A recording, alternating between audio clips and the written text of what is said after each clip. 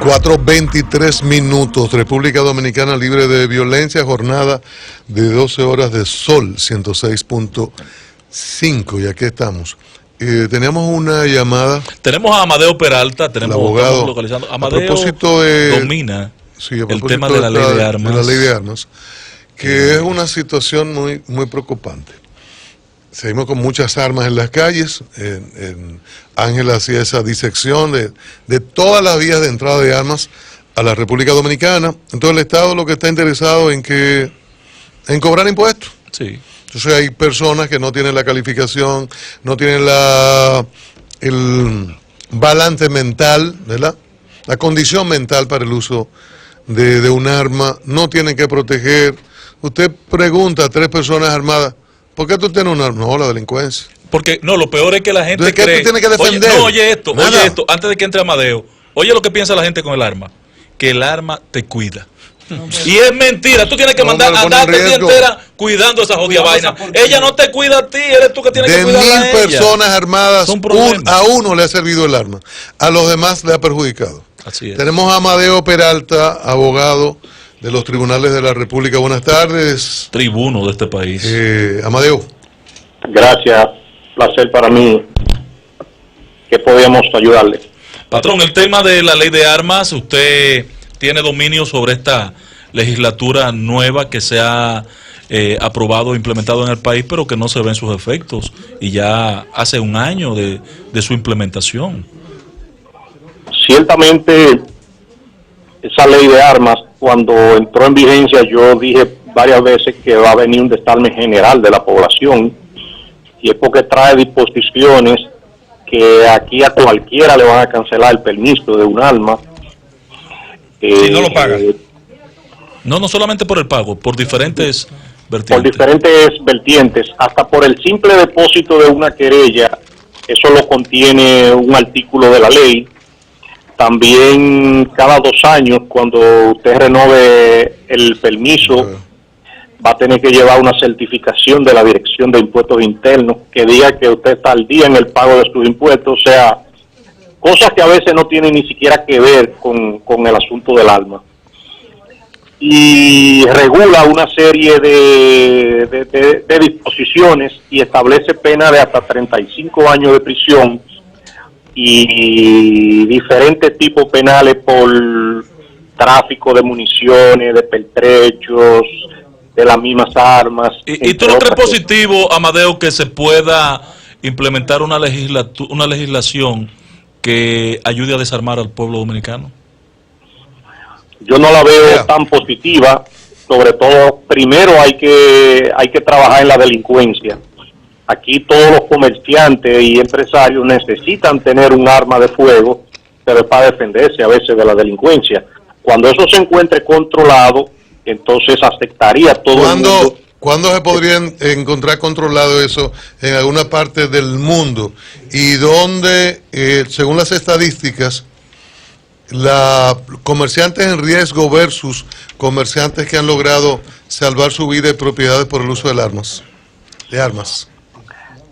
Ciertamente tú tienes razón, pero a veces el arma de fuego en manos de un comerciante, de un empresario, de una tienda, a veces repele un poco hasta el atraque.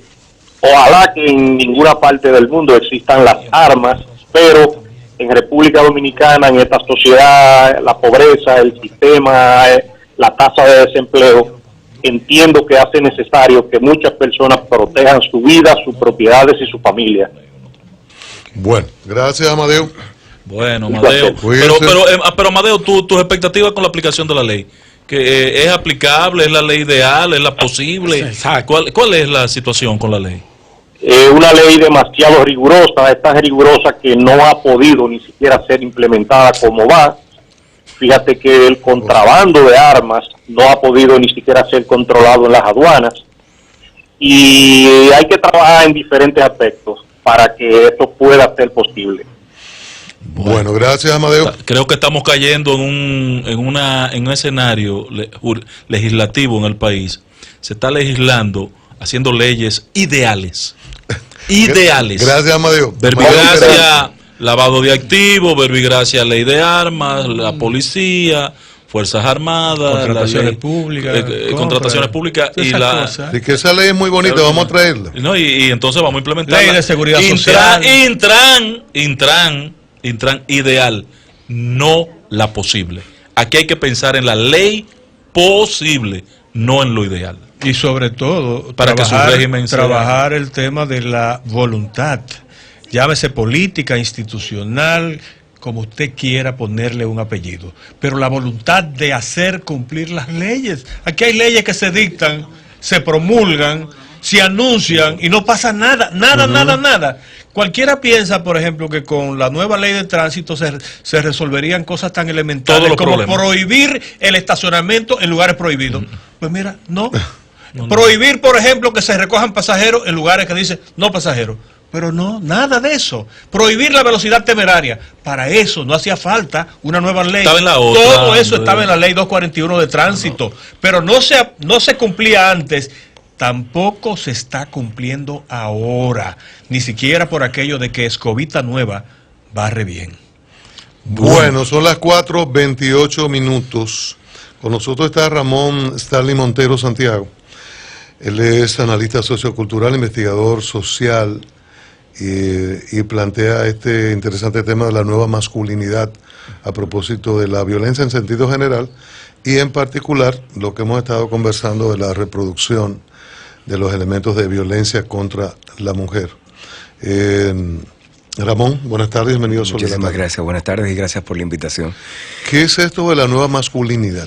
La nueva masculinidad es una corriente de pensamiento heredada de los estudios feministas, sobre todo de la segunda, tercera ola de los estudios feministas posmodernos, que data básicamente de finales de los 70, inicio de los 80, y es donde luego de dos generaciones, por llamarlo de alguna manera, que las compañeras feministas dicen, bueno, este problema no solamente es ya el tema de la primera ola de la liberación de la mujer en los aspectos, ni el de la segunda ola, que fue el tema de derechos y participación, sino de entender que obviamente no es posible dar al traste con la solución de todos los problemas que crea el patriarcado sin que una parte esencial y vital para la solución de los problemas patriarcales, que somos los hombres y que es la masculinidad agresora, la masculinidad hegemónica, pues formemos parte de la posible. Esa nueva masculinidad es, por un lado, comillas, comprensión de la situación de la mujer, ser hombre feminista,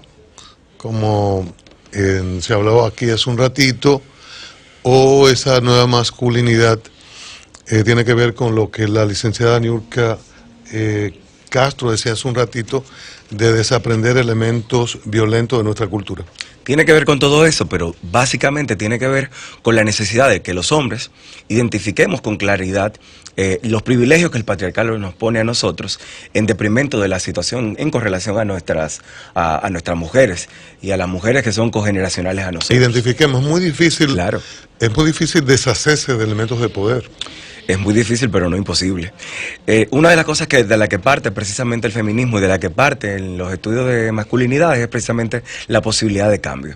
Estudiamos y reflexionamos sobre el tema de cómo los hombres podemos transformar esa conducta que es aprendida, como la violencia, y si asumimos que la conducta de violenta es una conducta aprendida, entonces asumimos que también puede desaprenderse y puede transformarse. Y estamos avanzando en ese enfoque, es decir, ¿hay algún segmento de la población que muestre un avance en el tema de la masculinidad bien entendida? Indiscutiblemente, en los últimos 10 años han surgido en América Latina, de hecho, hay un movimiento bastante reciente que ya tiene 8 encuentros, denominados un colectivo latinoamericano de varones antipatriarcales, que son hombres que políticamente hemos decidido y hemos asumido la necesidad de nosotros también iniciar un proceso de reflexión colectiva desde la lógica, desde las experiencias y desde la práctica que como hombres nosotros tenemos, y de ver cómo el patriarcado, como suprasistema sociopolítico y cultural, que diferencia y que desiguala y que oprime a hombres y mujeres, también nos afecta a nosotros. Y de hecho, el que esté aquí en este momento, precisamente yo creo que un elemento concreto que puede servir como indicador de eso. Se puede decir que ya se está produciendo un balance, aunque sea relativamente modesto, en términos de la lucha contra el tema de la violencia de género. Lo digo porque en esa lucha generalmente las protagonistas han sido las mujeres. Porque son las más tema en el que los hombres somos los principales responsables. quienes actúan para cambiar son las mujeres, no los hombres. Entonces hay que trabajar a los hombres también. Tenemos los hombres que trabajar el tema entre nosotros mismos para comenzar a cambiar. Así es. Porque si no cambian los hombres, no importa lo que hagan las mujeres. Podrán ser más militantes, podrán ser más activistas, podrán ser más combativas, pero eso no cambia la mentalidad que crea la violencia. Claro que sí, por el hecho, y eso excelente la intervención, y la aprovecho de hecho para aclarar. Cuando hablamos de nueva masculinidad, nos decimos que porque haya una masculinidad nueva, se van a solucionar los problemas que ya existen con la actual. No, hablamos de una masculinidad que nos permite identificar cuánto de tóxico tenemos los hombres, en la forma en la que el sistema patriarcal a nosotros nos socializa, que es el mismo sistema que también socializa a las mujeres y que las hace que nos requieran cosas que son eminentemente conductas machistas. Cuando hablo de privilegios, desde la perspectiva de nueva masculinidad, hablamos de identificar nosotros como hombres esas diferencias que con relación a las mujeres nosotros tenemos y que ella, por ejemplo, yo siempre pongo en los talleres con hombres, planteo la diferencia. El padre que sale en la mañana de la casa, se pasa todo el día, hasta las 7, 8 de la noche, de la tarde, llega a la casa y se pasó todo el día y probablemente llamó al mediodía a su mujer para preguntarle si sabía si habían ido a buscar a los muchachos al colegio, o si los muchachos habían hecho la tarea, si habían comido, o si lo habían cuidado. Probablemente no es el caso de uno, pero cuando vemos la generalidad y cuando vemos los niveles y luego quisiera dedicar una parte especial a eso, para que hablemos un poco de lo que tiene que ver con la masculinización de la violencia. Probablemente ese hombre estuvo durante todo el día haciendo lo que el patriarcado le dijo que era su responsabilidad, que es salir a producir los bienes y para suplir las necesidades que la sociedad le impone que tiene que suplirle a la familia como tal, como la unidad que le está llamado a suplir, a solventar. Sin embargo, a esa mujer tuvo la situación de que ella salió, pero probablemente los llevó al colegio. Al mediodía tenía que verificar si la persona, si el transporte del colegio efectivamente fue a buscar a los niños al colegio, si en la tarde hicieron las tareas, si merendaron, si los bañaron, quién los cuida, a qué hora se va la nana, y estar, si la nana tiene que irse antes, estar en un horario en el que ella pueda llegar para suplir a la nana, que probablemente no es la realidad que tenemos la inmensa mayoría de los hombres que somos padres de familia, o quienes son, que en mi caso no. Entonces, cuando vemos elementos como ese, vemos privilegios que son prácticamente imperceptibles, porque además a nosotros nos socializaron, a mujeres y a hombres nos socializaron para asumir eso como algo normal, y en tanto que normal, no normalizamos y no vemos esa diferencia. Sin embargo, está ahí y se constata. Y cuando hablo de masculinización de la violencia, es de qué manera hay una participación preponderante de los hombres en toda la violencia que socialmente nosotros conocemos y reconocemos. Hace una semana precisamente nosotros estuvimos desde el Instituto de Investigación Género y Familia de la UASD, de la que yo formo parte como miembro de Número. Se presentó en un esfuerzo que están haciendo las instituciones del Estado, que hay que reconocerlo. Desde el Ministerio de Salud Pública hay una iniciativa que es la Mesa de Coordinación Intersectorial de Nuevas Masculinidades. Es decir, ver cómo se integran el trabajo en las políticas sectoriales, desde salud del hombre, cómo se integra el tema de nuevas masculinidades. Y un dato, en los últimos 6 años, las cifras han estado estables en materia de muertes accidentales o violentas ocurridas. 89% participación de hombres en ellas, 11% participación de mujeres. Accidentes de tránsito, 89% participación de hombres, 12% participación de mujeres.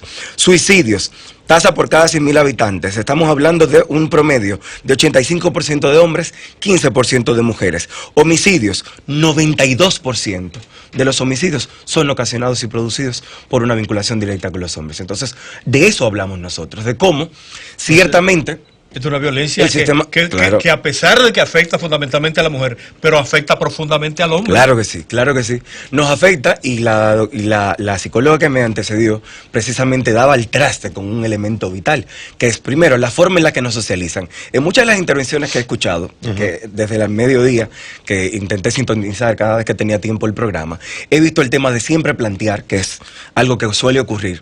Cuando hablamos de intervención siempre pensamos en que hay que trabajar con los niños y los jóvenes, porque asumimos que los adultos y los adultos mayores ya están demasiado dañados como para poder transformarlo. Y la realidad es que es imposible que se pueda solucionar si no se aborda de forma integral el proceso. ¿Por qué?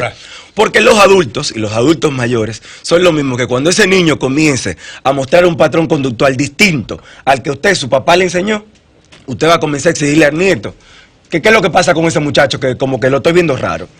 Sabemos que esa es la realidad.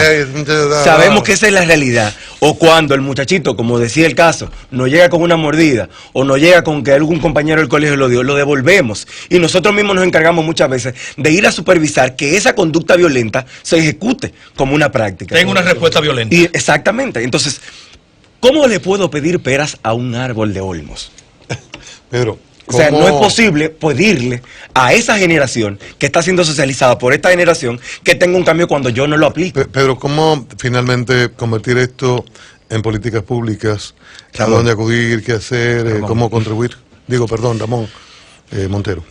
Definitivamente eso empieza por un elemento importante. Yo saludo la iniciativa de Sol, sobre todo dedicar este espacio 12 horas. Creo que no solamente serán necesarias 12 horas, yo creo que habrá que plantear de qué manera dentro del contenido campaña permanente continuo de la emisora y hacer extensiva también esta invitación al resto de medios de comunicación. A mí hay un elemento que ha salido bastante en la tarde. Y es también la responsabilidad de los medios de comunicación en la divulgación y promoción de conductas violentas. Existe la necesidad de que nosotros comencemos como profesionales. Yo soy periodista en ejercicio y de hecho soy comunicador social. Soy docente de la Escuela de Comunicación Social de la Universidad Autónoma de Santo Domingo. Comunica muy bien. Y una de las cosas que nosotros tenemos como responsabilidad es ver, como clase de comunicadores sociales, asumimos un nivel de responsabilidad social de comenzar a reflexionar sobre los contenidos que compartimos y sobre con qué cosas inclusive nos mofamos cuando tenemos la oportunidad de tener un medio de comunicación como herramienta para comunicar. Yo me ponía a escuchar un poco lo que salía sobre el tema de la música, si bien es cierto. Es sin duda alguna, es cierto, en el tema del género urbano existe la presencia de una promoción perpetua de la divulgación y de la promoción de la violencia como un mecanismo práctico, cultural, cotidiano. Sin embargo, eso no es nuevo. Si ustedes escuchan la canción, y me imagino que todos lo reconocemos, y lamento tener que poner a un artista de su talla como ejemplo, pero Dani Rivera. Hay una canción que yo la pongo en los talleres cuando trabajo con hombres. Dice, por todas partes la busqué. Qué suerte que no la encontré. Porque yo, no era yo, la rabia me cegó. Bellísimo. Si nos damos cuenta de esa canción que usted acaba de decir que es bellísima, y que de hecho, cuando yo la pongo en el taller, incluso los más jóvenes la tarareamos, porque nos recordamos del abuelo, del tío, del papá, de la mamá tocándola. Esa canción dice claramente cómo el no encontrarla evitó un feminicidio. Pero no es un aliciente a la violencia. No, es que no lo planteo como un aliciente a la violencia. Lo que digo perfectamente es si la encuentro porque en el caso del género, de disuasión, en el caso del género, del sentimiento que Pedro Camino refirió, del puente me iré. exacto, a tirar sí, tu cariño, es el sentimiento. en el caso de la referencia de Pedro, es que es una incitación a la violencia. El género urbano. Mátala, no digo que es una locura. Mátala, quiero hacer la precisión. Yo no quiero ponla. que se entienda mi argumentación en este momento como una justificación. Todo lo contrario. Estoy reconociendo que precisamente hay una realidad con el género urbano. Pero que no es algo nuevo. Es que como sistema muchas veces le pedimos a los demás lo que no hemos sido capaces nosotros mismos. Eso se parece yo le tengo una al pregunta mensaje del preso número 9. Sí. Probablemente. La maté, sí, señor. Y si vuelven a hacer, yo los vuelvo a matar. Pero Nelson Ned. Finalmente, compañero, una pregunta. Joan Baez canta esa canción. Muy puntual. Una militante. Pero lo cantaba Nelson Ned. Sí. Al preso Sí, profesor, número una 9. preguntita muy puntual. Sí. ¿Usted no Cualquiera que cree yo soy de esa época. que en la UAS Esto viejo. hay que hacer un ejercicio para que no sea una fuente fomentadora de violencia? En la UAS yo creo que como la sociedad. Yo no. Pero la UAS vamos es en el caso particular. La UAS que es allá importante adentro, porque la UAS es una eso maqueta. ahí hay que hacer una revolución. Sociológicamente, cuando nosotros profunda, evaluamos la universidad. cerrarla por 3 años. Tiene sentido eso. No, yo creo que plantear el cierre de la universidad, de hecho, ¿Oíste, Fidel Santana? me parece descabellado. Me parece descabellado porque estamos hablando de una tasa de 230,000 estudiantes. Tienes que sentarte en la afuera del frente para que, no, diga eso de descabellado. que no tienen la Usted siente posibilidad. en la fuera del frente y hace el ejercicio mirando para adentro. No, de hecho, yo no soy docente solo de la UAS, por eso lo digo, porque también conozco la realidad. Y no sé si usted la conoce o si sabe cómo está hoy día, pero hoy día nosotros tenemos la realidad de estudiantes que van a la universidad, que siguen yendo a la universidad sin pasaje, sin dinero para el transporte, y que muchas veces tienen que pedirle a los compañeros de aula los 5 pesos con lo que comen su comida en el comedor universitario. Pero tienen un sistema de comedor que con 5 pesos comen, hacen un Sí, almuerzo. lo acabo de afirmar ahora. Y oye, que eso no está escrito en ningún. Callémonos con eso, compañero. No, y no, en no, segundo todo lo lugar, contrario, y en segundo lugar, hay toda una política de transportación que ellos tienen acceso en metro, o se rompió. Pero ¿de dónde sale el dinero para el metro, compañero? No, pero no importa de dónde sale. Ramón, de los bolsillos míos. ¿Eh? De los bolsillos y de los míos también, que lo contribuyo con los yo pago impuestos. impuestos. Pero la realidad es que no podemos ver solamente No, pero que yo lo quiero seguir. punto. No quiero que sigan en el punto de violencia nada más, para que no nos salgamos del contexto, porque tú has sido muy profesional en tu exposición. Pero al mencionar la UAS y por la profundidad de tu discurso, lo novedoso de tu planteamiento, yo pregunto, para aportarle a la sociedad, ¿no podría comenzar rompiéndose ese foco de violencia que significa la UAS? Ya estamos en ello. Recuerde que yo No te estoy rías, aquí Chávez, que tú precisamente. dijiste cosas muy feas de Yo la estoy UAS la aquí semana como pasada parte, aquí. como miembro de número del Instituto de Investigación, Género y Familia de la Universidad Autónoma de Santo Domingo. Y precisamente el centro, que tiene más de 8 años, en este momento se encuentra abocado en el diseño de acciones concretas, y de hecho me atrevo, no me lo han autorizado, pero me atrevo a sentarlo. Acabamos de cerrar en esta misma semana el diseño de un diplomado, de un programa de diplomado especializado para atención a la violencia de género, y además de eso para tratar el tema de relaciones de poder y masculinidad. Los modelos de liderazgo que influyen decisivamente en la sociedad dominicana. ¿Qué podríamos hacer nosotros como sociedad para cambiar, para influir en el modelo que muestran el liderazgo político, el liderazgo cultural, el liderazgo artístico, el liderazgo educativo? Todo eso que influye en la conducta de los viejos, es decir, lo que estamos establecidos como generación, pero también las generaciones del presente, del futuro. ¿Qué podríamos hacer para cambiar el modelo de los que rigen la vida de los dominicanos? Adelante, Ramón. Mi invitación a ustedes y a todas las personas que siguen Sol es: nosotros tenemos que hacernos no solo promotores, sino defensores de una ruta crítica que durante los últimos 2 años hemos visto a las mujeres transitar solas, acompañando esos procesos. Hace 2 meses, 3 meses, se estaba discutiendo en República Dominicana el tema de la ley, y de hecho todavía, el tema de la ley de partidos políticos, y habemos gente que, pese a que vemos la realidad de la participación de las mujeres en los espacios de toma de decisiones, no terminamos de entender por qué todavía las cuotas son necesarias, precisamente por esas desigualdades. Cuando nosotros todavía en el país estamos generando una segunda discusión para introducir la penalización del aborto, de algo tan vinculado a los derechos sexuales y reproductivos de la mujer, también estamos viendo un ejemplo de lo que se denomina violencia estructural hacia las mujeres, de cómo el Estado, desde sus aparatos reproductores y distribuidores del poder político, también violentan y agreden a las mujeres. Gracias, Ramón. Excelente. A ustedes por la invitación. Ramón Stanley Montero Santiago, del Instituto de Investigación Género y Familia de la UAS, y con trabajo muy interesante sobre nueva masculinidad. Gracias. Con la gente, Fuera, Maurice. vamos a hablar con la gente.